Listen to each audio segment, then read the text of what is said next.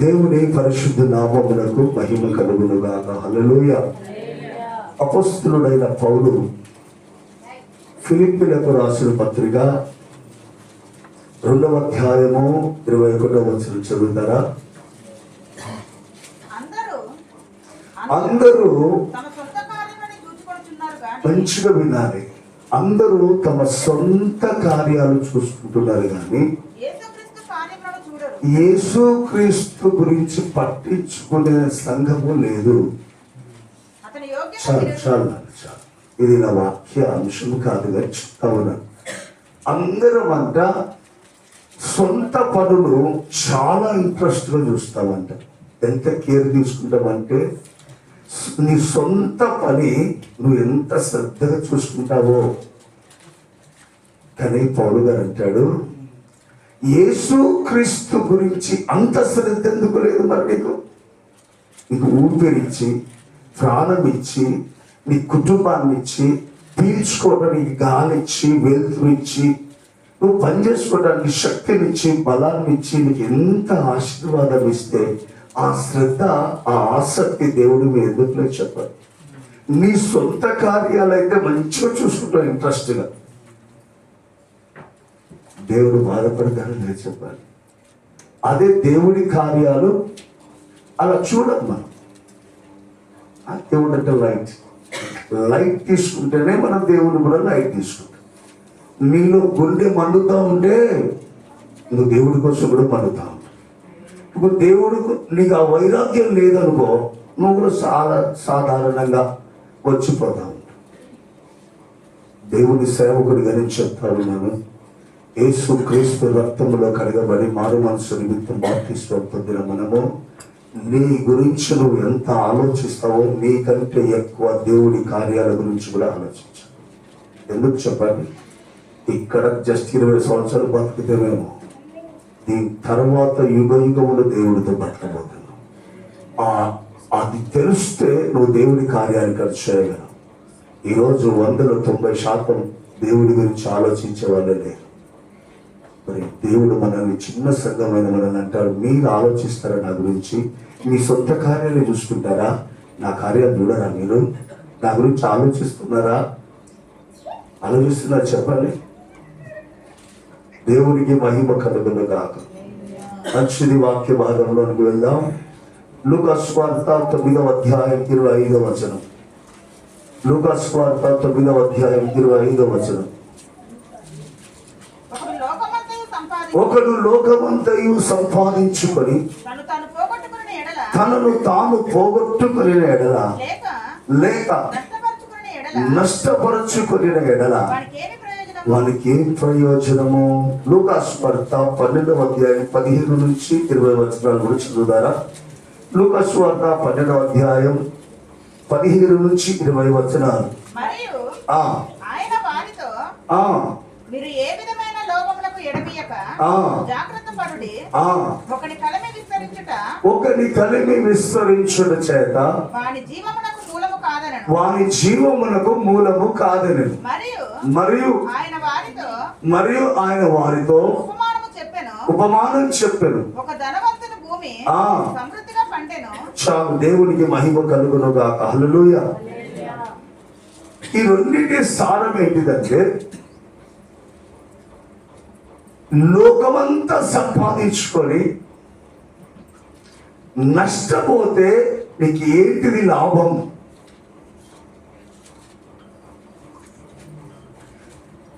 ప్రపంచం అంతా మనిషి అని పుట్టిన ప్రతి ఒక్కడు ఏం చేస్తుంది చెప్పండి? లోకమంతా సంపాదించుకోవడానికి ప్రయాసపడతాడు. మనిషి అనే వాళ్ళు ఎవరైనా చేసే కార్యం ఏంటిదంటే తను సంపాదించుకోవడానికి ప్రయాసపడతాడు. కానీ దేవుని వాక్యం ఏం సెలవిస్తుందంటే, ఒకరి కలిమి విస్తరించుట చేత వాని నీ జీవానికి అది మూలం కాదు. లోకమంతా సంపాదించుకొని నిన్ను నువ్వు పోగొట్టుకుంటే నీకేం లాభం అని పరిశుద్ధాత్మ దేవుడు మాట్లాడతాడు.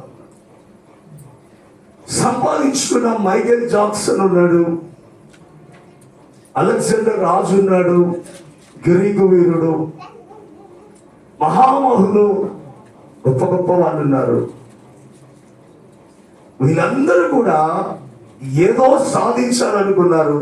ఈరోజు లేరు, మనం ఉన్నాం. వాళ్ళు లేరు, కాలగర్భంలో గడిచిపోయారు. ఏం ప్రయోజనం ఉంది చెప్పండి వాళ్ళకి?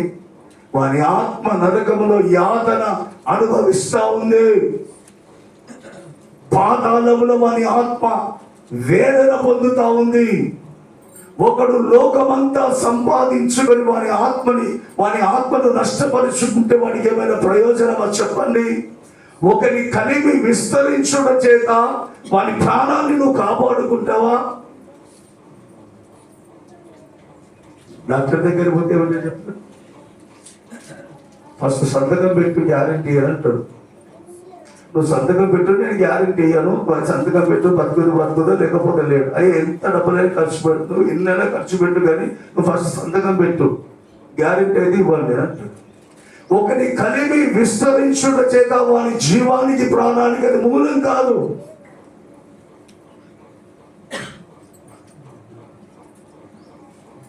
దేవుని సేవకుడిగా నేను చెప్తా ఉన్నాను.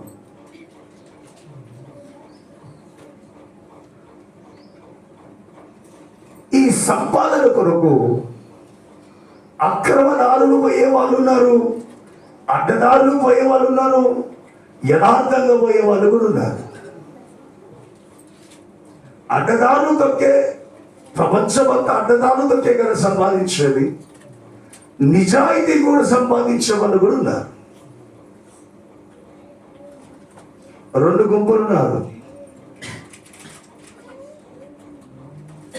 ఎటు తిరిగి సంపాదించుకోవాలి అన్న కాన్సెప్ట్ ఉంటుంది ప్రతి ఒక్కరికి. మనిషి అన్న వాళ్ళు చెయ్యాలి కూడా. మనం మనిషి జీవితం జీవించాలి కాబట్టి సంపాదించుకోవాలి. కానీ బైబిల్ ఏమంటుందంటే,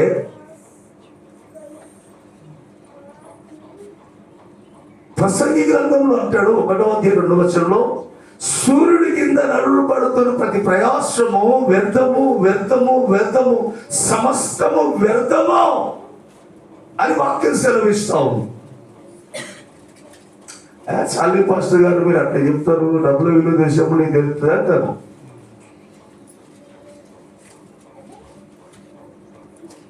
డబ్బుల కట్టు గొప్పడేశారు, డబ్బుల కంటే గొప్ప. బలిగడ బంగారం తెచ్చిన నయమ కుష్టివ్యాధి పోగొట్ట డాక్టర్లు అందరి దగ్గర పోయి 12 సంవత్సరాల రక్తకర స్రావం కలిగిన స్త్రీ వైద్యులందరి చేత తిప్పలబడ్డది. 12 బంగారం పట్టుకొని వచ్చింది కుష్టివ్యాధితో. ఎవరి వల్ల కాదు, కుష్టివ్యాధికి ట్రీట్మెంట్ ఉంది, ఇప్పటికే లేదు. కానీ మనం ఆరాధిస్తున్న దేవుడు ఒక్క క్షణంలోనే పసిపిల్లలుగా మార్చిన దేవుడు. దేవునికే మహిమ కలుగును గాక. ఈరోజు దేవుని సేవకుడిగా నేను చెప్తా ఉన్నాను. కోట్ల రూపాయల మాటలు, అందరూ తమ సొంత కార్యాలే చూసుకుంటున్నారు, కానీ యేసుక్రీస్తు కార్యాలను ఎవరు చూడట్లే. ఈరోజు మీ గుండెలో ఒక మంచి మాటను ముద్రించి మీ ఆత్మలను పరిశుద్ధాత్మ దేవుడు తట్టి రేపాలని కోరుకుంటా ఉన్నాను. దేవుని స్తోత్రం కలుగునుగా. మనం ఏమి సంపాదించుకోవాలి అంటే, మనం బ్రతకడానికి మనం తిండొద్దా, సంపాదించుకోవడం అన్ని కావాలి, అవి అవసరమే. వాటిని సంపాదించుకోవద్దని నేను చెప్పట్లేదు, కానీ వాటన్నిటికంటే కోట్ల కోట్ల కోట్ల కంటే రెట్టింపైన ఒకటి సంపాదించుకోవాలి.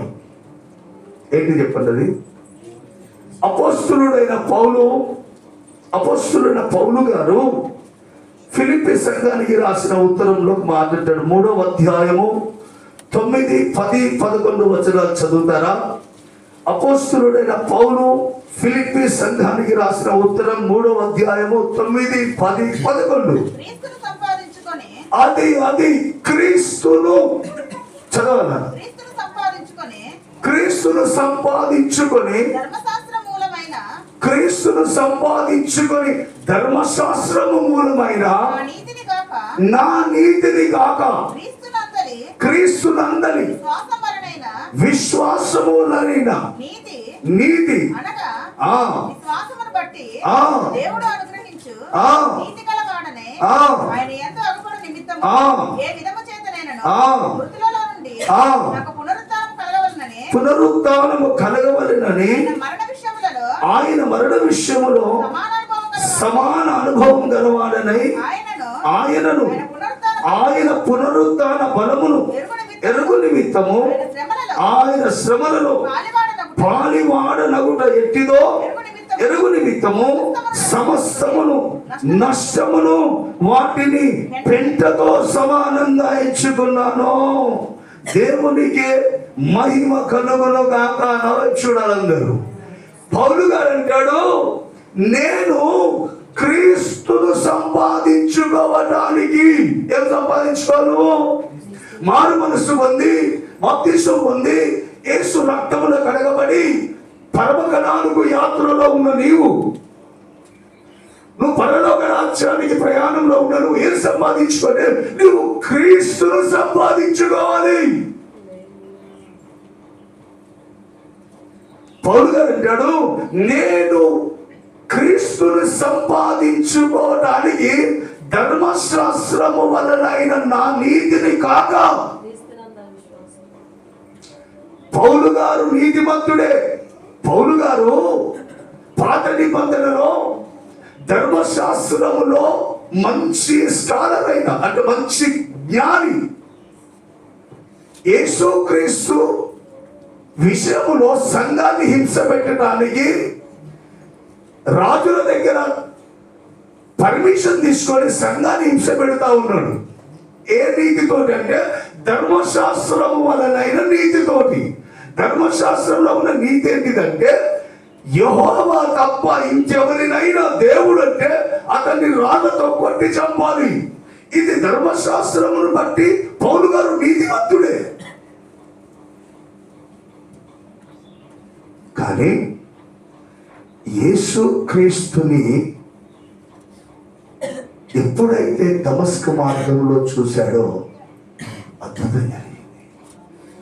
దమస్కులో సంఘం ఉంటే ఆ దమస్కులో ఉన్న సంఘాన్ని హింస పెట్టడానికి పౌలు గారు పర్మిషన్ తీసుకొని, సంఘాన్ని హింస పెట్టడానికి రాజుల దగ్గర పర్మిషన్ తీసుకొని వెళుతూ ఉంటే ఆ దమస్కు మార్గములో మిట్ట మధ్యాహ్నం పట్టపగలు దేవుని దివ్య దర్శనం కలిగి ప్రకాశమానమైన వెలుగుతో నింపబడి అతని రెండు కళ్ళు పోయాయి. యేసయ్య స్వరముతో మాట్లాడుతా ఉన్నాడు, సౌలా సౌలా మునికోళ్ళకి ఎందుకు ఎదురు తడుతున్నావు అంటే సౌలు అంటాడు, గుడ్డివాడే, నువ్వు ఎవడవు ప్రభువా అంటే, నీవు హింసించుచున్న యేసును నేనే అని. ఎప్పుడైతే మిట్ట మధ్యాహ్నం పగటి వేళ ఎండలో ఆ దివ్య దర్శనంలో యేసయ్య స్వరం విన్నాడో అతనికి ఆశ్చర్యం కలిగింది. అరే, యేసు ప్రభు చనిపోయాడు కదా, ఈ స్వరం ఎక్కడిది? యేసు అని మాట్లాడుతున్నాడు ఎక్కడ? ఇది ఎలా సాధ్యం? నా రెండు కళ్ళు పోయాయి అని ఆశ్చర్యపోతా ఉన్నాడు. దేవునికి మహిమ కలుగును గాక. హల్లెలూయా. దేవునికి మహిమ కలుగును గాక. పౌలు గారు ధర్మశాస్త్రంలో మంచి ప్రావీణ్యుడు. ఆ ధర్మశాస్త్ర కాలంలో రెండు గుంపులున్న యేసయ్య వచ్చినప్పుడు శాస్త్రులు పరిసయ్యులు రెండు గుంపులు ఉన్నారు. పరిసయ్యులు సద్దుకాయులు సార్. ఈ సద్దుకాయులు ఏం ఆలోచిస్తారంటే చనిపోయిన తర్వాత మరలా వేరొక జీవితం లేదు అని సద్దుకాయుల గుంపులు అంటారు. పరిసయ్యులు చనిపోయిన తర్వాత మరలా ఆత్మకి జీవితం ఉన్నది, కొత్త జీవితం ఉంది అని, పునరుత్థానము ఉన్నది అని నమ్మేవాళ్ళు. సద్దుకాయులేమో పునరుత్థానం లేదు, చనిపోతుంది, ఈ జీవితం క్లోజ్ అనేది మన సద్దుకాయుల బోధ. మన పరిసయ్యుల బోధ ఏంటిదంటే పునరుత్థానాన్ని నమ్ముతారు. అయితే ఈ పౌలు గారు మరి పరిసయ్యుల గుంపులో ఉండి పునరుత్థానమును నమ్మినవాడు కాబట్టి యేసయ్య మాట విన్నాడు, యేసయ్య స్వరం విన్నాడు, యేసయ్య చనిపోయిన తర్వాత తిరిగి బ్రతికాడు అని నమ్మి అప్పుడు ఏం చేశాడు తెలుసా?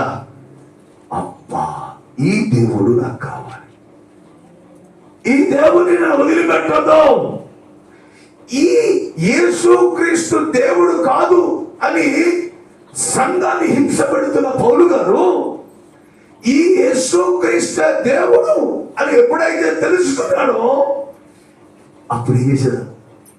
యేసుక్రీస్తును సంపాదించుకోవడానికి ప్రయాసపడ్డాడు. హల్లెలూయా, హల్లెలూయా. యేసుక్రీస్తును సంపాదించుకోవడానికి పౌలు గారు ఏమంటాడు? చదవండి మరొక్కసారి. క్రీస్తును సంపాదించుకొని ఆ. ధర్మశాస్త్ర మూలమైన నా నీతి ఆ. క్రీస్తునందలి చివరి లైన్ చదువునా? ఆయన శ్రమలలో వాడగుట ఎట్టిదో ఎరుగు నిమిత్తమును సమస్తమును నష్టపరుచుకొని వాటిని పెంటతో సమానంగా ఎంచుకున్నాడు. దేవునికి మహిమ కలుగును గాక. వినాలి, యేసు క్రీస్తుని సంపాదించుకోవడం కోసము ఏవి మొత్తం నష్టంతో పెంటతో సమానంగా ఎంచుకున్నాడు. దేవునికి స్తోత్రం కలుగును. హల్లెలూయా, దేవునికి స్తోత్రం. హల్లెలూయా, దేవునికే మహిమ కలుగును గాక. అమ్మా, యేసు క్రీస్తు నీకు కావాలి అంటే, యేసు క్రీస్తును నువ్వు సంపాదించుకొని మనసు ఉంటే, యేసు క్రీస్తు నీకు కావాలి అనుకుంటే నువ్వేం చేసా? సమస్తమును నష్టముగాను పెంటగాను ఎంచుకునే వారికి యేసయ్య దొరుకుతాడు. దేవునికే మహిమ కలుగును గాక. ఒక మాట చెప్పనా నీకు? మత్తయి సువార్త 13వ అధ్యాయం 44వ వచనం ఒకసారి చదువుతారా? మత్తయి సువార్త 13వ అధ్యాయం 44వ వచనం. పరలోక రాజ్యము పొలములో దాచబడిన ధనమును పోలి ఉన్నది. పరలోక రాజ్యము పొలములో దాచబడిన ధనమును పోలి ఉన్నది. ఒక మనుష్యుడు దానిని కనుగొని దాచిపెట్టి అది దొరికిన సంతోషంతో వెళ్ళి తనకు కలిగినదంతా అమ్మి ఆ పొలమును కొనును. చూడాలి, చెప్తాను చక్కగా. ఒక ఉపమానం చేస్తా ఉన్నాడు యేసు ప్రభు వారు. ఒక మనిషికి ఒక పొలం చూసిందంట. ఆ పొలములో ఒక ధనం దాచబడ్డదన్న నిధి. ధనాన్ని ఒక వ్యక్తి చూసి ఆ ధనాన్ని దాచిపెట్టి పోయి పొలం యజమాని దగ్గర పోయి, అయ్యా అయ్యా నీ పొలం అమ్ముతావా, నేను కొంటా అన్నాడట. నీ పొలం అమ్ముతావా, నేను కొంటా అంటే, వేరే పొలాలు కొనుక్కొచ్చు, నా పొలం ఏం కాదంటే, లేదు లేదు ఈ పొలమే బాగుంది, నాకు ఈ పొలం కావాలి, ఇస్తావా అని అంట.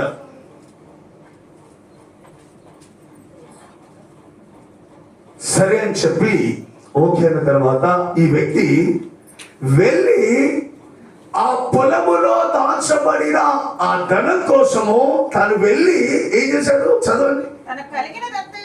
ఆ పొలం కోసము వెళ్ళి తనకు కలిగినదంతా అమ్ముకొని ఆ పొలాన్ని సంపాదించుకున్నాడు. జాగ్రత్తగా వినాలి. ఆ పొలాన్ని చూశాడు, పొలంలో ధనం ఉంది, ఆ నిధిని చూశాడు. ఆ నిధి కోసం అయ్యా ఈ పొలం కావాలన్నాడు.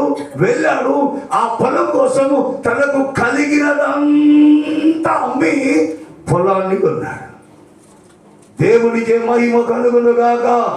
హల్లెలూయా, దేవునికి స్తోత్రం. పొలము లోకము, ధనము సంఘము. జాగ్రత్తగా వినాలి. పొలము లోకము, ధనము ధననిధి సంఘము. ఈ సంఘము కోసం యేసయ్య ఏం చేశాడు తెలుసా?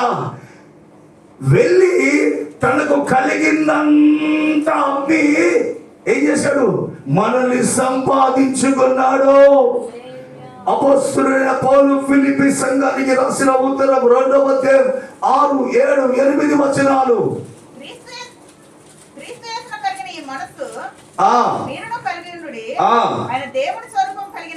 ఆయన దేవుని స్వరూపం కలిగిన వాడై ఉండి దేవునితో సమానంగా ఉండుట విడిచిపెట్టకూడని భాగ్యమని విడిచిపెట్టకూడని భాగ్యమని ఎంచుకొనలేదు గాని ఎంచుకొనలేదు గాని మనుషుల పోలికగా పుట్టి మనుషుల పోలికగా పుట్టి దాసుని స్వరూపం ధరించుకొని దాసుని స్వరూపం ధరించుకొని తనను తానే రిక్తునిగా చేసుకుని తనను తానే రిక్తునిగా చేసుకున్నాడు. వినాలే, సంఘమైనా మనల్ని సంపాదించుకోవడానికి యేసయ్య మహిమను వదిలిపెట్టాడు, సింహాసనాన్ని వదిలిపెట్టాడు. దేవునితో సమానంగా ఉండుట విడిచిపెట్టకూడని భాగ్యమని ఎంచుకోలేక ఆ మహిమనంతా వదిలి తనను తాను రిక్తునిగా చేసుకొని ఆయన తన విలువైన ప్రాణాన్ని, తన రక్తాన్ని మన కోసము కార్చి ప్రాణ త్యాగము ద్వారా సంఘమైన ధనమైన, పొలములో దాచబడిన ధనమైన మనల్ని, సంఘాన్ని ఆయన సంపాదించుకున్నాడు. మనం వాళ్ళకొక దేవుడు, మాకొక దేవుడు. ఆదివారం, సోమవారం, ఇది అసలు నువ్వు డెప్త్కి ఆడబోతున్నావు. యేసు ప్రభు లోపలికి ఆడబోతున్నావు. అసలు ఏం చేస్తున్నాడు? యేసు క్రీస్తు మనల్ని సంపాదించుకొని అంత త్యాగం చేసి వస్తే నువ్వు యేసయ్యని సంపాదించడానికి నువ్వేం చేయాలి? మరి దేవునికే మహిమ కలుగును గాక. హల్లెలూయా, దేవునికి స్తోత్రం. సంగమా, జాగ్రత్తగా వినాలి. యేసు క్రీస్తు నీకు కావాలి అంటే ఈ లోకాన్ని చీరాలి. యేసు క్రీస్తు నీకు కావాలంటే ఈ ధనము చీరాలి. యేసు క్రీస్తు నీకు కావాలంటే నీ సుఖము చీరాలి. యేసు క్రీస్తు నీకు కావాలి అంటే నీ లగ్జరీ లైఫ్ చీరాలి. అదెలా సాధ్యమయ్యా? కూడా అంటాడా అయ్యా అట్లా? యేసు క్రీస్తును మనము సంపాదించుకోవాలంటే ఈ లోకమంతటిని మనము చేయగలిగినప్పుడే అప్పుడు నీకు క్రీస్తు దొరుకుతాడు. నువ్వు క్రీస్తును సంపాదించుకుంటావు. దేవునికే మహిమ కలుగును కాక. ఈరోజు నేను చెప్పనా, భారం కలిగి మాటలు చెప్తా ఉన్నాను, మీ గుండెలో ప్రింట్ అవ్వాలి. ఈరోజు ఏ మందిరానికైనా వెళ్ళు, ఏ సభలకైనా వెళ్ళు, నువ్వు ఎక్కడికైనా వెళ్ళు, సంఘముతో దైవజనులు కానీ చాలా మంది సభలలో కానీ చెప్పే మాటలు ఏంటి తెలుసా? మీరు దీవించబడతారు, మీరు ఆశీర్వదించబడతారు, మీకు అనుకున్నవి జరుగుతాయి, మీ అప్పులు పోతాయి, రోగాలు పోతాయి, రొప్పులు పోతాయి. ఈ విధమైన టీచింగ్ చెప్పి మీరు దీవించబడతారు, మీరు ఆశీర్వదించబడతారు, మీ కష్టాలు పోతాయి, మీ కన్నీళ్లు పోతాయి, మీరు ఏ సమస్య లేకుండా ప్రశాంతంగా ఉంటారు, రండే అని ఈరోజు సంఘానికి దైవజనులు చెప్తున్న మాటలు ఇవేనా? ఇంకేదేం చెప్తున్నారు? మీరు విన్నారు? చెప్తున్నాం సార్. సంఘానికి కూడా ఇదే కావాలి. అక్కడికి పోతే ఏం జరుగుతుంది, ఇక్కడికి పోతే ఏం జరుగుతుంది, ఇక్కడికి పోతే నా ప్రాబ్లం పోతుందా, ఇక్కడికి పోతే నాకు ఒక ప్రాబ్లం పోతుందా, ఇక్కడికి పోతే నాకు ఏమైనా సమస్య పోతుందా అని సంఘం కూడా పరుగులు పెట్టుకుంటూ పోతున్నారు. కానీ యేసయ్య మనసు తెరవట్లే. యేసయ్య అద్భుతాలు చేసే బాబా లాగా దొరికింది వీళ్ళకి. వినాలే, యేసయ్య సంఘానికి ఎట్లా తెలుసా? మా దగ్గర అద్భుతాలు జరుగుతాయి, యేసయ్య ఒక బాబా లాగా అయిపోయిండు.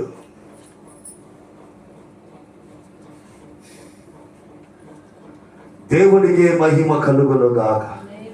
హల్లెలూయా.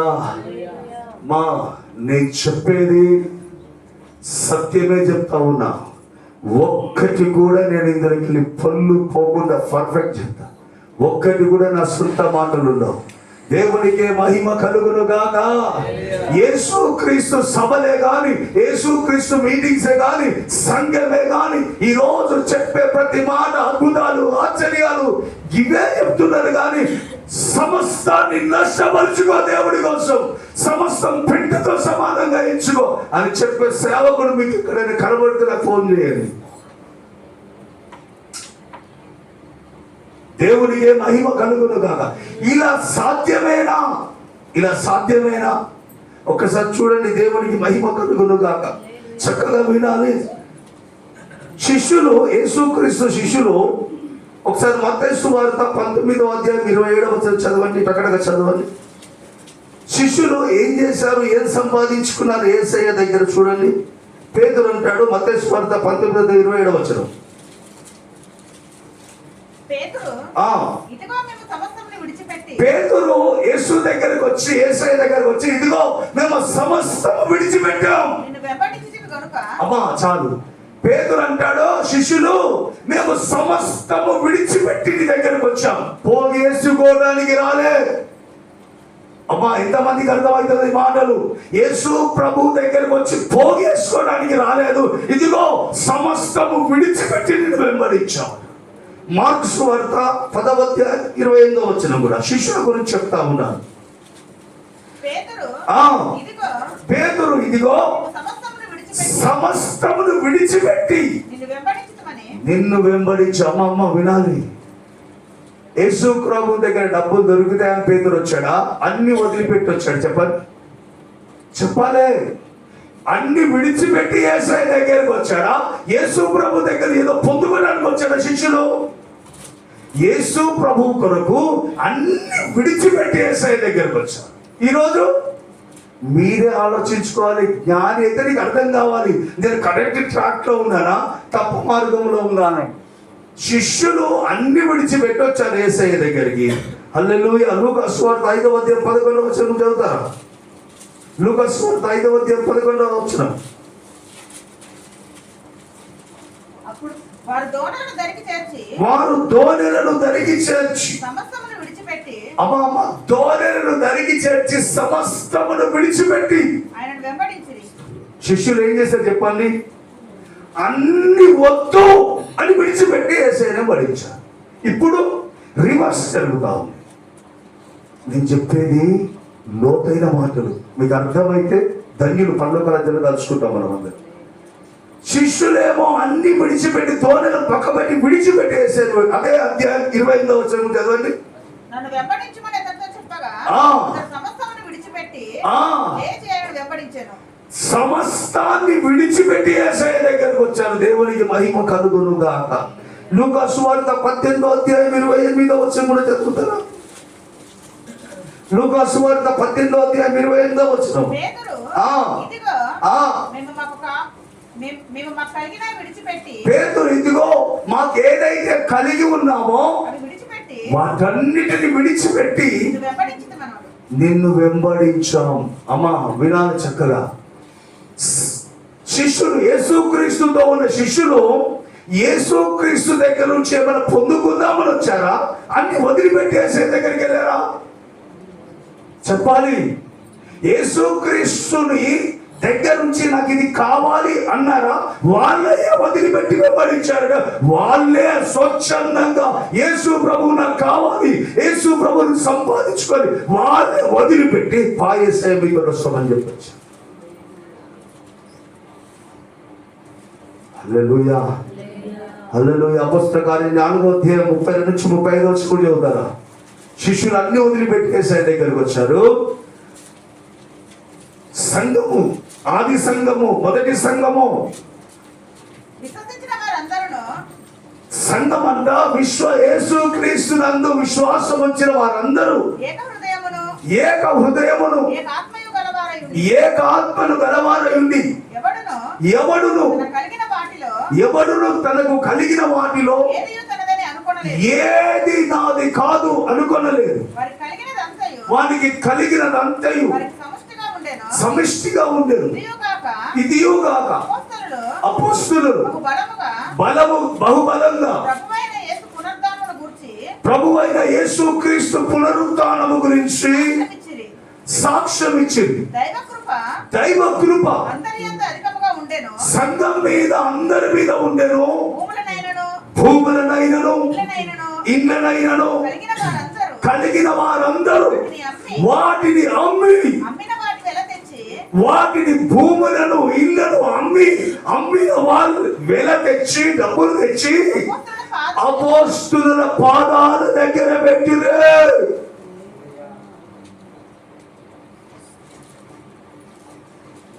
సంపాదించుకున్నారు వాళ్ళు.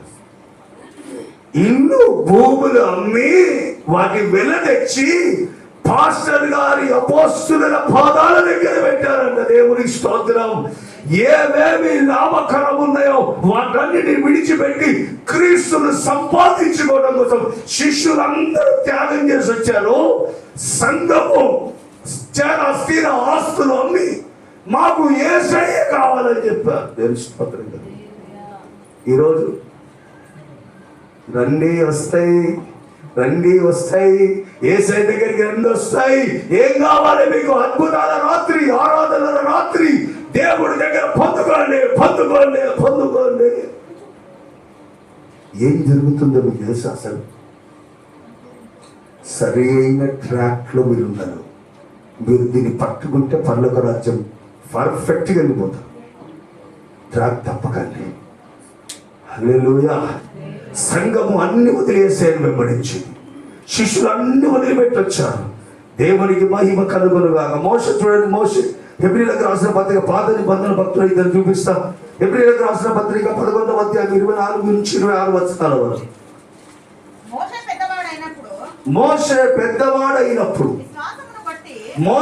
పెద్దవాడైనప్పుడు విశ్వాసమును బట్టి ఐగుప్తులో ఉన్న ధనము కంటే యేసుక్రీస్తు విషయమైన నింద గొప్ప భాగ్యమని ఎంచుకొని అల్పకాలము జస్ట్ 60-70 సంవత్సరాలే అల్పకాలం ఈ పాప భోగం అనుభవించుట కంటే దేవుని ప్రజలతో శ్రమ అనుభవించుట మేలని యోచించి ఫరో కుమార్తె యొక్క కుమారుడను అనిపించుకున్నట కంటే ఒప్పుకోనలేదు.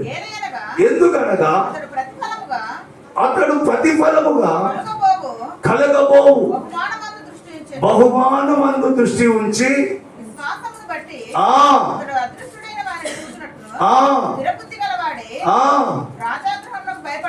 చాలు. దేవునికి స్తోత్రం. రాజరికాన్ని, సింహాసనాన్ని, ధనాన్ని, పేరు ప్రఖ్యాతలన్నిటిని చీ అని చెప్పి యేసుక్రీస్తు కొరకు నింద భాగ్యం, యేసుక్రీస్తు కొరకు అవమానం నాకు భాగ్యం, యేసు ప్రభు కొరకు నీకు శ్రమ అనుభవించిన భాగ్యం అని ఐగుప్తు దేశాన్ని, రాజరికాన్ని, వజ్రాలను, వెండిని, బంగారాన్ని, ధనాన్ని, సింహాసనాన్ని చీ అని సమస్తము నష్టపరుచుకొని యేసయ్యని సంపాదించిన పాత నిబంధన మోషే. ఇప్పుడు చూడండి ఒకసారి, మనసు పెట్టి ఆలోచించి ఏం జరుగుతుంది సంఘము, అసలు ఏది కరెక్ట్ బోధ, అసలు ఏం జరుగుతుందో మీరు ఆలోచించు. దేవునికే మహిమ కలుగును గాక. రాజుల మొదటి గ్రంథం 19వ అధ్యాయం 19-20 వచనాలు చదవండి. రాజుల మొదటి గ్రంథం 19వ అధ్యాయం 19-20 వచనాలు. అమ్మా, ఏలియా అచ్చటి నుండి వెళ్ళిపోయిన తర్వాత అతనికి షాపాతు కుమారుడైన ఎలీషా కనబడెను. అతడు అమ్మా వినాలి, ఎలీషా 12 అరకలు కట్టుకున్న భూస్వామి. చదవాలి. దుక్కి దున్నుచుండెను.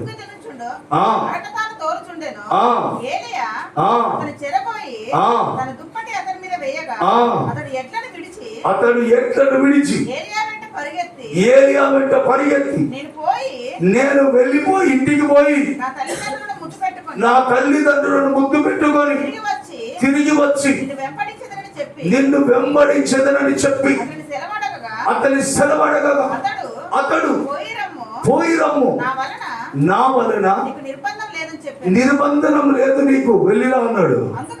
అందుకతడు అతనిని విడిచి వెళ్ళి పాడి ఎడ్లను తీసి వధించి వాటి మాంసమును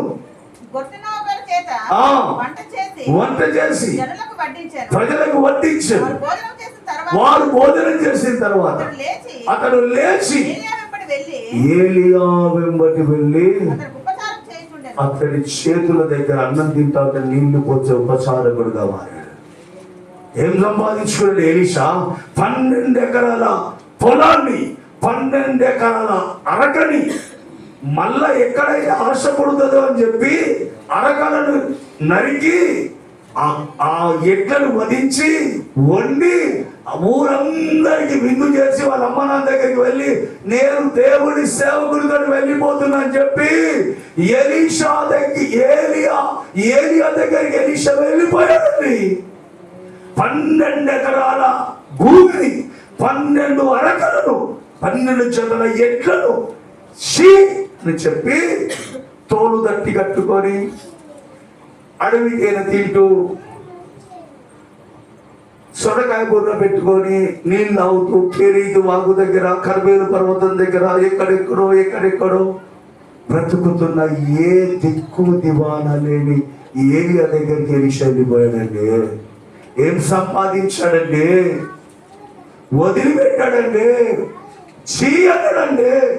ఇవన్నీ నాకు వద్దు, దేవుడి సేవకుడు కావాలి, దేవుని ఆత్మచేత నింపబడాలి అని మొత్తం వదిలిపెట్టి ఏలియా వెంబడి వెళ్ళాడు. దేవుడి స్తోత్రం. ఏం దొరికింది ఏలియా కంటే? 2 ఆత్మ దొరికింది. ఏం చేస్తుంది తెలుసా? ఈ ఆత్మ చచ్చిపోయిన వాళ్ళని లేపుతుంది బయటికి. హల్లెలూయా. చచ్చిపోయిన వాళ్ళని బయటికి తీసుకురాగలిగింది దేవుని ఆత్మ. ఆత్మను పొందుకోవడానికి అన్ని వదిలిపెట్టాడు. ఈరోజు నువ్వు యేసయ్యను సంపాదించి నువ్వు ఏం చేస్తావు? మరి దేవునికి మహిమ కలుగునుగా. హల్లెలూయా. హెబ్రీయులకు రాసిన పత్రిక 11వ అధ్యాయం 35 నుంచి 38 వచనాలు చదువుతారా?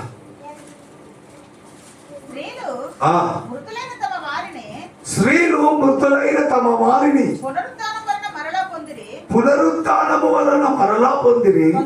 కొందరైతే మరీ శ్రేష్టమైన పునరుత్థానం పొందగోరి విడుదల పొందనొల్లక యాతన పెట్టబడిరి. మరికొందరు తిరస్కారములను, కొరడా దెబ్బలను, బంధకములను, ఖైదును అనుభవించిరి. రాళ్లతో కొట్టబడి, రంపాలతో కొయ్యబడ్డారు. అమ్మా, శోధింపబడి, ఖడ్గాలతో చంపబడ్డారు. గొర్రె చర్మములను, మేక చర్మములను వేసుకొని దరిద్రులై ఉండి ఏం సంపాదించుకున్నాడు? యేసుప్రభు దగ్గరకు వచ్చి దరిద్రులై శ్రమ పడుతూ కొండలను తిరుగు జంతు చర్మాలు, గొర్రె చర్మం, మేక చర్మం కప్పుకొని రాళ్లతో కొట్టబడి, రంపాలతో కోయబడి భయంకరమైన వేదన పొందారు సంఘం. ఇప్పుడు రామ చర్చికి అద్భుతాలు చెప్పో సాక్ష్యం ఇవా. అసలు ఏం జరుగుతుంది? ఏం జరగబోతుంది? సంఘము హింస అనుభవించింది. యేసు ప్రభు కోసము రాళ్ళ దెబ్బలు తిన్నారు, రంపాలతో వేయబడ్డారు, ఖడ్గాలతో చంపబడ్డారు, జంతు జన్మాలు కట్టుకున్నారు. దక్కులేని దరిద్రులై ఆ అడవులలో తిరుగుతారు. ఎందుకు తెలుసా? యేసయ్యను మేము కలుసుకోవాలి. ఇప్పుడు రివర్స్ మొత్తం రండి. యేసుప్రభు ఏం పోదండి. పౌలు గారు అదే చెప్తారు. ఎప్పుడైతే దివ్య దర్శనం కలిగిందో, యేసయ్యను ఎప్పుడైతే ఆ స్వరం విన్నాడో, యేసయ్యను ఎప్పుడైతే ఆ దర్శనం చూసే చేయదంతా ఈ లోకం అపొస్తలులు ఫిలిప్పీయులకు రాసిన పత్రిక 1వ అధ్యాయం 21 నుంచి 23 వచనం చదువుతారా? ఎప్పుడైతే యేసుక్రీస్తును కలిగిన ప్రత్యక్షత దర్శనం ఎప్పుడైతే పౌలు గారికి కలిగిందో చూడండి ఒకసారి. నా మట్టుకైతే అమ్మా వినాలే, ఈ మాటలు మిమ్మల్ని రేపాలి, అట్ట బతకాలి, లేకపోతే యేసయ్యను వదిలిపెట్టుకోవడం బెస్ట్. నా మట్టుకైతే ఎప్పుడైతే దమస్కులో దివ్య దర్శనము పౌలు గారు చూశాడో, తన జీవిత విధానం చెప్తాడు. నా మట్టుకైతే, ఎవరి కోసం నాకు అవసరం లేదు, నా మట్టుకైతే బ్రతుకుతే క్రీస్తే, చచ్చిపోతే లాభమే. అయినను ఈ శరీరంతో జీవిస్తున్నాను కాబట్టి నాకున్న పనికి ఫలసాధకమైన ఎడల నాకు ఏం కోరుకోవాలో యేసయ్య, నేను బతుకున్నా కాబట్టి శరీరంలో యేసయ్యని ఏం అడగాలో నాకు అర్థం కావట్లేదు. ఈ రెండింటి మధ్య ఇరుకునబడి ఉన్నాను. నేను వెళ్ళిపోయి క్రీస్తుతో కూడా ఉండాలి అని నాకు ఆశ ఉంది.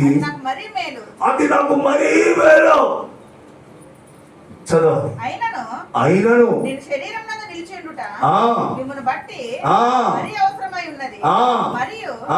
నమ్మకం కలిగి మరలా మీతో చేత నన్ను గూర్చి చేసినందు మీకున్న అతిశయము అధికమగునట్లు. చాలమ్మ చాలు. నేను వెళ్ళిపోయి దేవుడితో బతకాలి. నేను చచ్చిపోతే నాకు లాభం అంట.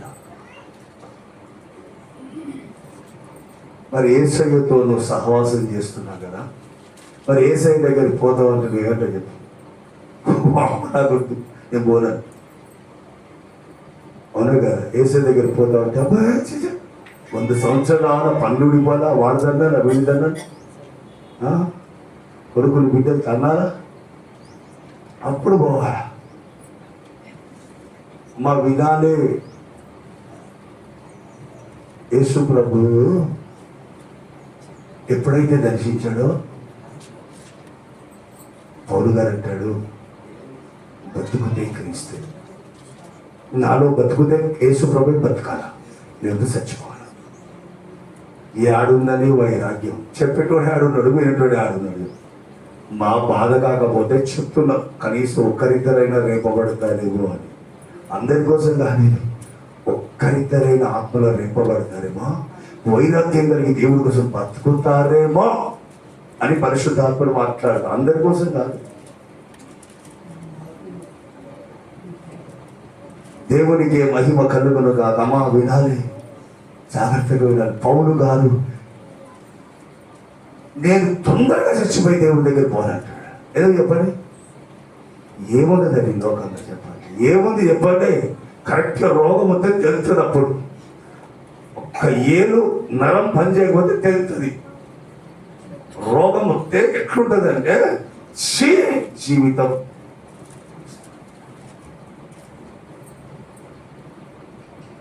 యేసుక్రీస్తు ఒక బాబా లాగా తెలుస్తుంది. ఇప్పుడు ఆశీర్వాదాలు ఇచ్చే డేరా బాబా లాగా అయిపోయింది ఇప్పుడు పరిస్థితి. బాబా రండి రండి, ఊరు తినండి, ఆ తాయికి కట్టుకొని దీవించబడుతుంది. ఇదే బోధ, ఇదే జరుగుతుంది. యేసు ప్రభువుగా అట్లా కూర్చోబెట్టి రండి రండి, తాయికి బనో ఏ దేకో ఓ దేకో.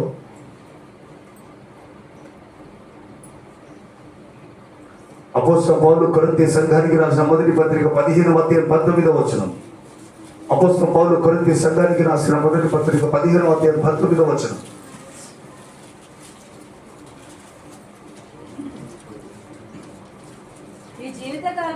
ఈ జీవిత కాలము మట్టికే నువ్వు బతికే ఈ 60-70 సంవత్సరాలు అనుకుంటున్నావు. నేను కోటి సంవత్సరాలు బతుకుతాను అనుకుంటున్నావు. ఆఫ్టర్ ఆల్ బతికే ఈ 60-70 సంవత్సరాల ఈ జీవిత కాలం మట్టికే మనము క్రీస్తునందు మనము నిరీక్షించిన వారమైన ఎడల మనుషులందరికంటే దౌర్భాగ్యులమై ఉందము. మా కఠినంగా ఉంటాయి మాటలు. ఈ కఠినమైన వాటి జోలికి సేవకులు వెళ్ళరు. ఈ జీవిత కాలము మట్టికే నువ్వు యేసుక్రీస్తును అడ్డం పెట్టుకొని ఏదో కావాలి, ఏదో సంపాదించాలి, నేను చల్లగా ఉండాలి, నేను మంచిగా ఉండాలి అని అడుగుతుంటే మనుషులందరికంటే నువ్వు దౌర్భాగ్యుడు అని పౌలు గారు చెప్తారు. ఈరోజు అందరు ఇదే చేస్తా ఉన్నారు. 190% యేసుక్రీస్తును అడ్డం పెట్టుకొని మంచిగా వాడి అని చూస్తున్నారు. కానీ శ్రమలొద్దు, కష్టాలొద్దు, బాధలొద్దు. ఏ కొద్దిగా శ్రమ ఏమవుతుంది నీకు? తట్టుకోలేవా? లైఫ్ ఫెయిల్యూర్ తట్టుకోలేవా? నీ శ్రమ తట్టుకోలేవా? నీ కష్టం. యేసు ప్రభు కోసం పౌలు గారిని ఎట్లా చంపారండి? పౌలు గారిని ఎంత దారుణంగా హింసపడ్డారు పౌలు గారు. దేనికి? డబ్బుల కోసం ఆశగలి పౌలు గారు యేసుప్రభుని వెంబడించారు. చెప్పండి. పిడిగుద్దులు, దెబ్బలు, ఒకటి తక్కువ 40 కొరడా దెబ్బలు 3 సార్లు తిన్నాడండి. రాళ్లతో కొట్టారు, కుక్కని విడుచుకోబడి కుంచి చచ్చిపోయిన గౌరవంలో పడితే మళ్ళా దులుపుకొని యేసే పునరుత్థానుడు అని చెప్పుకుని తిరిగిన రోడ్ల మీద ఏం సంపాదించుకున్నాడు పౌలు గారు? అసలు యేసుప్రభు నీకేం అర్థమని చెప్పండి, మీకేం అర్థమైంది యేసుప్రభు చెప్పండి. ఈ జీవిత కాలం మటుకు మేము మంచిగున్నాం, చల్లగున్నాం, సుఖంగున్నాం అనుకుంటున్నారా? నీకు యేసుప్రభు ఏమో చెప్పండి, ఒకరు చెప్పండి. నాకు యేసుప్రభు అర్థమయ్యాడు అని చెప్పండి. ఎవరైనా ఏమర్థమయ్యాడు మీరు చెప్పండి. ఎందుకు మీరు భక్తి చేస్తున్నావు, ఎందుకు నువ్వు ప్రార్థన చేస్తున్నావు, దేనికి నీ బాధ అంత యేసుప్రభుతో? యోహాను సువార్త 11వ అధ్యాయం 25, 26 వచనాలు ఒకసారి చదువుతారా?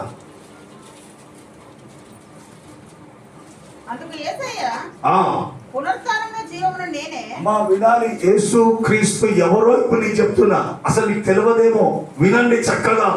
యేసు క్రీస్తు ఎవరో, ఆయన వల్ల నీకు వచ్చే ఉపయోగం ఏంటిదో చెప్తున్నా, వినండి. 11వ అధ్యాయం 25, 26 చదువురా. పునరుత్థానమును జీవమును నేనే. నా యందు విశ్వాసం ఉంచువాడు, ఎవరైతే నా యందు విశ్వాసం ఉంచి నన్ను నమ్ముతారో వాడు చచ్చిపోయినా కూడా బతుకుతాడు. బ్రతికి నా యందు విశ్వాసం ఉంచిన వాడు ఎన్నడూ చనిపోడు. ఈ మాట మీకు ఎక్కడైనా వినబడితే నాకు ఫోన్ చేసి చెప్పండి. నువ్వు యేసుక్రీస్తుని నమ్మితే నీకు వచ్చే లాభం ఏంటిదంటే, యేసుక్రీస్తు నందు విశ్వాసం ఉంచిన వాడు చచ్చిపోయినా కూడా మరలా బతుకుతాం. ఇది నిరీక్షణ. ఇందుకు నువ్వు దేవుని నమ్ముకోవాలి. అరే, చచ్చిపోయిన తర్వాత మరలా తిరిగి బ్రతుకుతాను, బ్రతికి నా యందు విశ్వాసం వచ్చిన వాడు ఎన్నడూ చనిపోడు, యుగ యుగములు దేవునితో ఉంటాము అని నీకు తెలిసినప్పుడు నువ్వు సమస్తము ఎందుకు నష్టపరుచుకోవు? నీకు ఇక్కడ ఏం కావాలి? నీకు ఈ భూమి మీద అది కావాలా? 60 సంవత్సరాలు సంపత్తి చచ్చిపోయి ఈ జీవితం కావాలా? చచ్చిపోయినాక రాజు కూడా రెడ్డి కూడా నాకెందుకు చెప్తా పాస్టర్ గారు, ఈ 60 సంవత్సరాలు ఇలా సరిగా బతకాలంతే. బతుకు. ఇవన్నీ తర్వాత మీకు వినబడతాయి, గిర్ర తిరుగుతాయి, చెవులు కింగులనేగా మాట, ఇదే మాటలు. ఓ అన్నప్పుడు ఇదే మాటలు ధరి చెప్పా కదరా, నా ఆత్మచేత నింపబడి దైవజనుడు చెప్పినప్పుడు నువ్వు వినలేదు. నీ మనసు చెప్పిన అక్కడ ఎవరు లేడు. శ్యామ్ సుందర్ గారు ఉన్నారు, అయ్య గారు ఉన్నారు, పార్షదాత్మ ఉన్నాడు, ఏసై ఉన్నాడు. నీ బాధ నీది. అసలు యేసుక్రీస్తు నీకు అర్థమైతే ఏంటంటే, చనిపోయిన తర్వాత నువ్వు బ్రతుకుతావు అన్నప్పుడు దేనికి లోకం నీకు?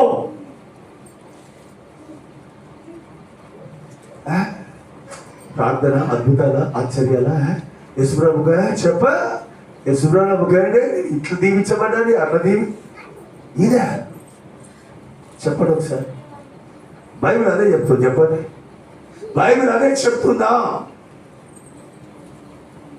యేసు ప్రభువుని తెలుసుకున్న వాళ్ళు సమస్తం వదిలిపెట్టొచ్చారు. ఇప్పుడు యేసు ప్రభు నమ్ముకుంటే సమస్తం కొత్తగా వస్తున్నారు. ఇక్కడ రివర్స్ అయింది తెలుసా మీకు? అప్పుడేమో వదిలిపెట్టి వెంబడించారు. ఇప్పుడు రండి యేసు ప్రభు, అద్భుతాలే, ఆశ్చర్యాలే.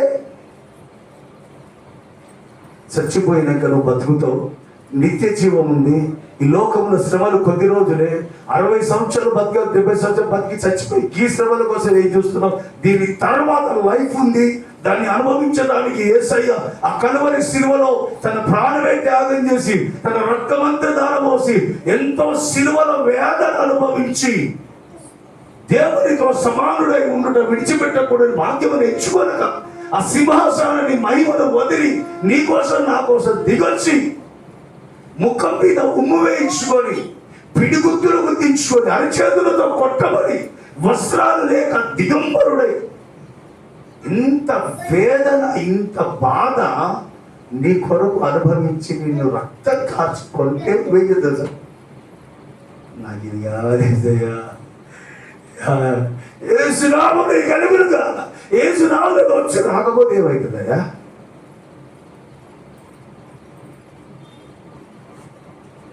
ఆ మహిమ కావాలా? ఇది కావాలి నీకు.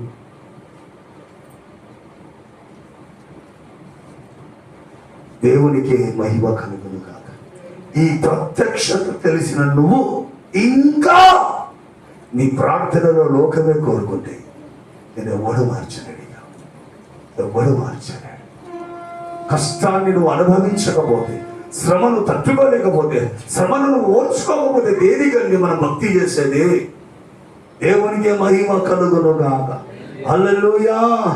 ఎప్పుడైతే పౌలు గారికి దివ్య దర్శనం కలిగిందో, ఏవేవి లాభకరంగా తనకున్నాయో అవన్నీ నష్టంగా ఇచ్చుకున్నాడు. ఈరోజు ఒక స్ట్రైట్ గా మీతో ఒక మాట మాట్లాడు. నీకేమేమి లాభకరంగా చెప్పండి,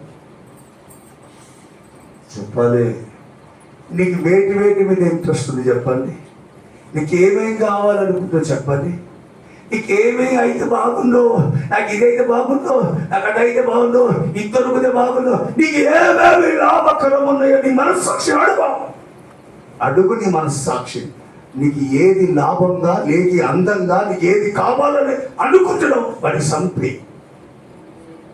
వాటిని చంపితే నువ్వు క్రీస్తుని సంపాదించు. నాకు అది కావాలి, నాకు ఇది కావాలి, ఎట్లుండాలి, అట్లుండాలి. నువ్వు యేసయ్య నీకు కిలోమీటర్ దూరం ఉంటావు. నీకు ఏదేది లాభకరమైంది నువ్వు అనుకుంటున్నావో, ఏదేది ఇష్టమైంది అనుకుంటున్నావు, నీకు ఏదేది నాకు ఇది బాగా ఇష్టం, అబ్బా ఇది నాకు ఇష్టం, ఇది జరిగితే బాగుంది, నువ్వు ఏదేది నువ్వు లాభకరం అనుకుంటున్నావో నష్టంగా ఎంచుకోవడానికి నీ శరీరం ఒప్పుకోవట్లేదు. భక్తి అయితే చేస్తున్నాం, భజన బాగా చేస్తే దమ్ము సరిపోదండి. భజన కాదు, స్వర్గం వెళ్ళిద్దరు కలిసి బాగా అంతగా వాక్యానుసారంగా బ్రతుకుతేనే మహిమ. ఇది లేకుండా నువ్వు పర్లోక రాజ్యానికి పోవడం అనేది అసంభవం.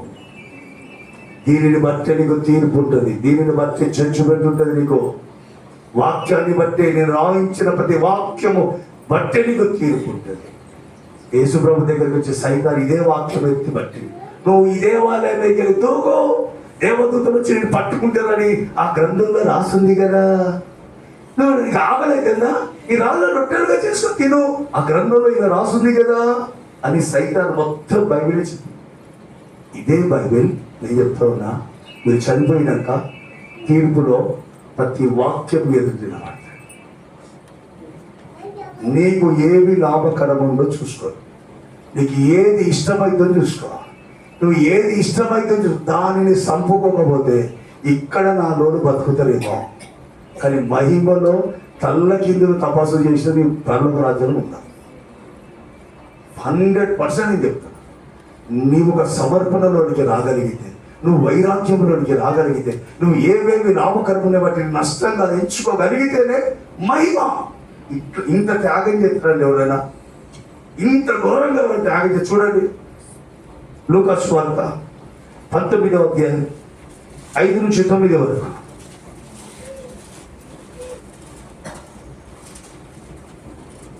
యేసు ఆ చోటికి వచ్చినప్పుడు కనులెత్తి చూసి, జక్కయ్య త్వరగా దిగుము, నేను నీ ఇంట ఉండవలసి ఉన్నదని. నేను నీ ఇంట్లో వస్తాను జక్కయ్య, తొందరగా దిగు, మేడి చెట్టు దిగు జక్కయ్య, నేను నీ ఇంట్లో వస్తా అతనితో చెప్పగా అని జక్కయ్యతో చెప్పగా అతడు త్వరగా దిగి సంతోషం యేసయ్య వచ్చి నీ ఇంటికి వస్తానని చెప్తే సంతోషంగా జక్కయ్య గబుక్కున చెట్టు దూకి చదవాలి, ఆయనను చేర్చుకోలేను. అందరూ అది చూచి ఆయన పాపి అయిన మనుషుని యొద్ద బస చేయ వెళ్ళినని చాలా మంది సనుక్కున్నారు. చదవాలి. జక్కయ్య నిలబడి అమ్మా వినాలి, కోట్ల రూపాయల మాటలు. జక్కయ్య, అందరు జక్కయ్య ఇంటికి యేసుప్రభు పోతే అరే వాడు పాపి కదా, వాడు వడ్డీలకు ఇస్తాడు కదా, లంచాలకు ఇస్తాడు కదా, లంచాలు తీసుకుంటాడు కదా, వీడు దౌర్భాగ్యుడు కదా, వీడు సుంకపు గుత్తాదారుడు కదా, పన్నులు అక్రమంగా వసూలు చేస్తాడు, ఈ పాపి దగ్గరికి యేసయ్యకి ఏం పని అని కొనుక్కుంటా ఉన్నారు ప్రజలు. అప్పుడు జక్కయ్య నిలబడి యేసయ్య జక్కయ్య ఇంట్లోకి పోయినప్పుడు జక్కయ్యకి యేసయ్య ఏం చెప్పలేదండి. జక్కయ్య నిలబడి, ఇదిగో ప్రభువా, ఇదిగో యేసయ్య, నా ఆస్తిలో సగము నా ఆస్తిలో సగం బీదలకు ఇచ్చుచున్నాను. నేను బీదలకు ఇస్తున్నాను నేను యేసయ్య. ఎవరి యొద్దనైనను నేను ఎవరి దగ్గరైనా అన్యాయముగా అన్యాయంగా దేనినైనాను తీసుకున్న ఎడల తీసుకుంటే అతనికి అతనికి మరలా 300 ఎక్స్ట్రా కలిపి 400 ఇస్తాను యేసయ్య ప్రభుతో చెప్పాను. అని ప్రభుత్వం చెప్పాడు. ఎవరు చెప్పారు చెప్పారు? ఆ స్తంభం అని యేసయ్య చెప్పాడు. ఒక దగ్గర తీసుకున్నాడు, ఒక్కరికి ఇస్తే సరిపోతుంది కదా, అన్యాయంగా ఒకటి ఇస్తే సరిపోతుంది, 2 ఇస్తే. కానీ యేసయ్య నా ఇంటికి వచ్చాడు, నాకు దొరికాడు, పాపినైనా నా దగ్గరికి ఇస్తే రావటమైంది అని ఎప్పుడైతే యేసయ్యని గుండెలు చేర్చుకున్నాడో ఎవ్వరు చెప్పలేదండి. తన జీవితాన్ని మొత్తం దానిపోసాడు. నీకు ఇంత ఆరాధన చేస్తున్నాం, ఇంత ప్రార్థన చేస్తున్నాం, ఇంత వైరాగ్యానికి వస్తున్నాం, ప్రతి వారము పరలోకపు సంగతులు దేవుడు తేటగా మనతో మాట్లాడుతూ ఉంటే నువ్వు చేర్చుకున్నావా యేసయ్య? చెప్పాలి. అసలు యేసయ్యను నువ్వు సంపాదించుకున్నావా? పిత పుత్ర పవిత్ర ఆత్మ గొల్లేశ్వరుడు కూడా అసలు నువ్వు యేసయ్య సంపాదించుకున్నావా? యేసయ్య నీ దగ్గరికి వస్తే అమ్మా నువ్వు దేని విషయం చింతపడాల్సిన అవసరమే లేదు. నేను ఇవన్నీ ఎందుకు చెప్పాను? యేసయ్య నీ దగ్గరికి వస్తే నువ్వు దేని గురించి బాధపడవలసిన అవసరమే లేదు. ఆయన ఏదైనా చేయగలిగిన దేవుడు. హల్లెలూయా. యేసు క్రీస్తును నువ్వు సంపాదించుకుంటావా? లోకాన్ని సంపాదించుకుంటావా? లోకమంతా దుష్టుని వశములో ఉంది. ఈ లోక మహిమలంతా కూడా సైతాను దగ్గర ఉంది. లోకాన్ని నువ్వు సంపాదించుకుంటే నువ్వు సైతాన్ని సంపాదించు.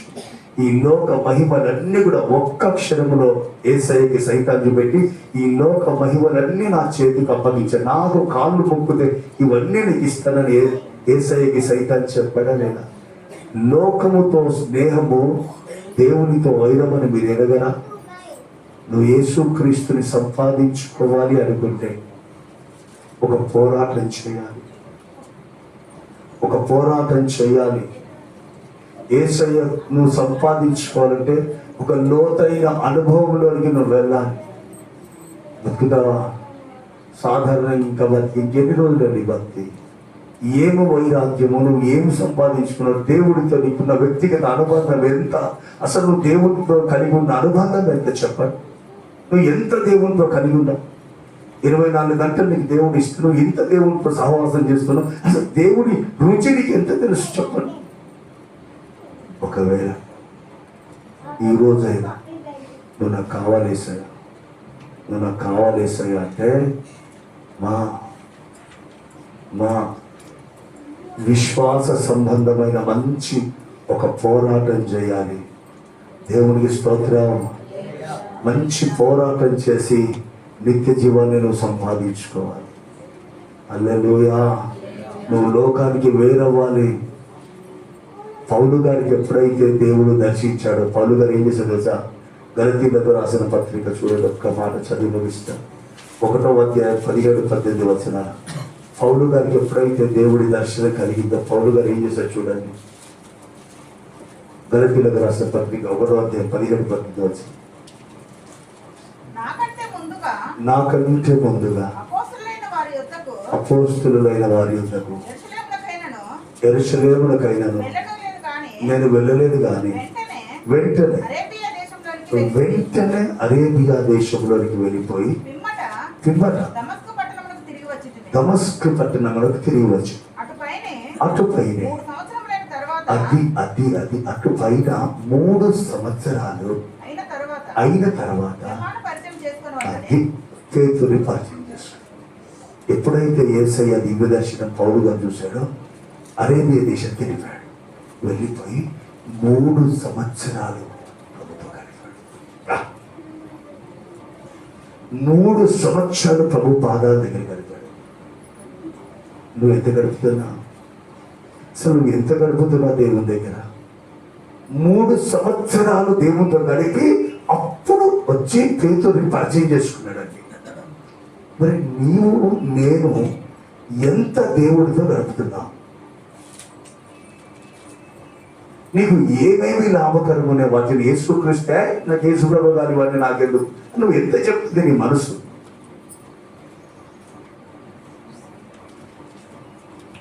దేవుని సేవకుడిగా దండం పెట్టి చెప్తావు.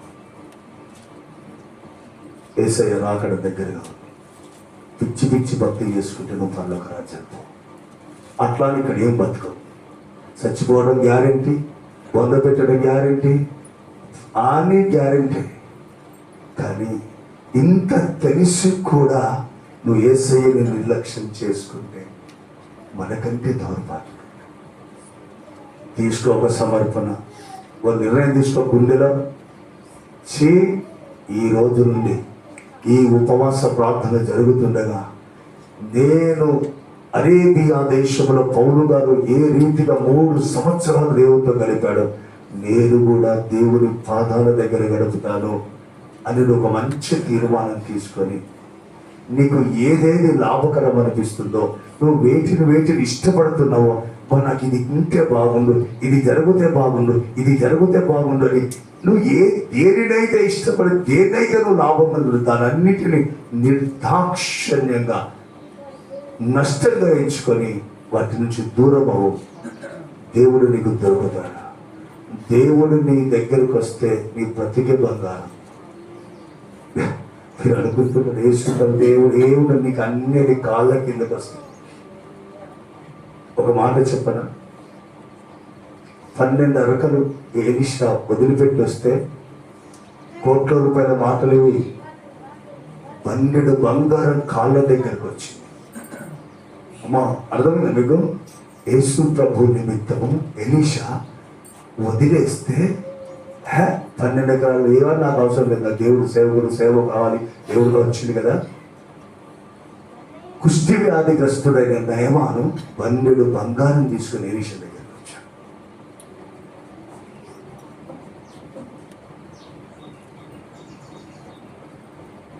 దేవుడు స్తోత్రం. దేవుడు కొరకు నువ్వు చిన్న త్యాగం చేస్తే ఏం మర్చిపోవడానికి అన్యాసం కాదు. హల్లెలూయా, హల్లెలూయా, దేవునికి స్తోత్రం. శిష్యులు అన్ని వదిలిపెట్టి వెంబడించారు. మా వినాలి అన్ని వదిలిపెట్టబడి, అవునా కదా? కానీ అపొస్తలుల కార్యంలో సంఘము చరాస్థిర ఆస్తులన్నీ కాళ్ళ దగ్గర పోసారు. జస్ట్ వాళ్ళు వదిలిపెట్టి వచ్చారు. కానీ దేవుడు అన్యాయస్తుడు కాదు. కాళ్ళ దగ్గర రాసుల కుప్పను పోవచ్చు. ఒక్క అబ్రహాం ఇస్సాకుని ఇస్తే ఇప్పటికీ మన అబ్రహాం సంతానం. మీరు ఏమనుకుంటున్నారు? దేవుని శక్తి దండం ఇప్పటిదాకా జీవించే జీవితాన్ని ఆపాలి. ఈ భక్తిని ఆపని. ఫస్ట్ ఆపి నీ శరీరాన్ని నల్ల కొట్టుకొని దేవుడే నాకు సర్వస్వం అని నువ్వు దేవుణ్ణి సంపాదించు. నువ్వు దేవుణ్ణి సంపాదించుకోగలిగితే ఇక్కడ దీవించబడతావు. మహిమలో కూడా నువ్వు దేవునితో ఏమున్నదని ఈ లోకంలో చెప్పాలి. ఏముంది ఈ లోకంలో? సంపాదించి పుట్టుకున్న చచ్చిపోతే ఒకరు లోకమంతా సంపాదించుకొని వారి ప్రాణాన్ని నష్టపరుచుకుంటే ఏమైనా ప్రయోజనం ఉందా? ఏం లేదు. క్రీస్తుని సంపాదించుకుంటే చచ్చిపోయినా నువ్వు లేస్తావు. క్రీస్తుని సంపాదించుకుంటే చచ్చిపోయినా నేను లేచి మహిమలోకి వచ్చు. ఆ యేసయ్య కావాలి నీకు. ఈ 60 సంవత్సరాలు ఈ జీవిత కాలం మనకి చూసుకొని బతుకుతావు. వద్దు, దండం పెట్టి చెప్తావు. ఈ జీవిత కాలం కొరకు చూసుకోకండి. దీని తర్వాత లైఫ్ ఉంది. నువ్వు యేసుక్రీస్తుని సంపాదించుకుంటే యుగ యుగముల దేవుడు. దయచేసి అందరూ మోకరించి ఒక మంచి తీర్మానం మంచి తీర్మానం, మంచి తీర్మానం అని ఉండాలి. దేవుడు మనతో మాట్లాడు. పౌలు గారు అంటున్నాడు, యేసు క్రీస్తుని సంపాదించుకోవడానికి, యేసు క్రీస్తుని సంపాదించుకునే నిమిత్తం ఏవేవి లాభకరమైన వాటన్నిటినీ కూడా యేసుక్రీస్తుతో, యేసుక్రీస్తు కొరకు నేను నష్టంగా ఎంచుకుంటున్నాను. లోకమంతటిని నష్టంగా ఎంచుకొని క్రీస్తుని సంపాదించుకున్నాడు. ఈరోజు పరిశుద్ధాత్మ దేవుడు స్ట్రైట్గా నీతో మాట్లాడతాం. నీకు లోకం కావాలా, యేసయ్య కావాలా? లోకం సంపాదించుకుంటావా, యేసయ్యని సంపాదించుకుంటావా? తీర్మానం నీదే.